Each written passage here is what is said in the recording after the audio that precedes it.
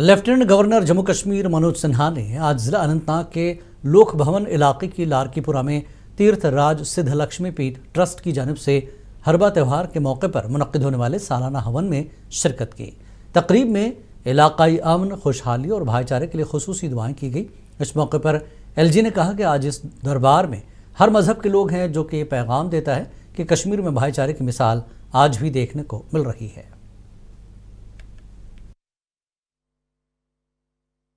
पूरे जम्मू कश्मीर में उत्सव और उत्साह का माहौल है। यहाँ बाबा अमरनाथ के भक्त देश भर से आ रहे हैं। वहीं जम्मू कश्मीर में बहुत शांतिपूर्वक मुहर्रम का त्यौहार भी मनाया है। आज माता सिद्धलक्ष्मी का अंतिम हवन हुआ है। कल से यहाँ भी यात्रा प्रारंभ हुई। मैं समझता हूँ यही कश्मीरियत है और कश्मीर की यही विशेषता रही है। सभी लोग आपस में मिलकर के एक दूसरे के त्योहारों में शामिल हो रहे हैं और एक दूसरे का सहयोग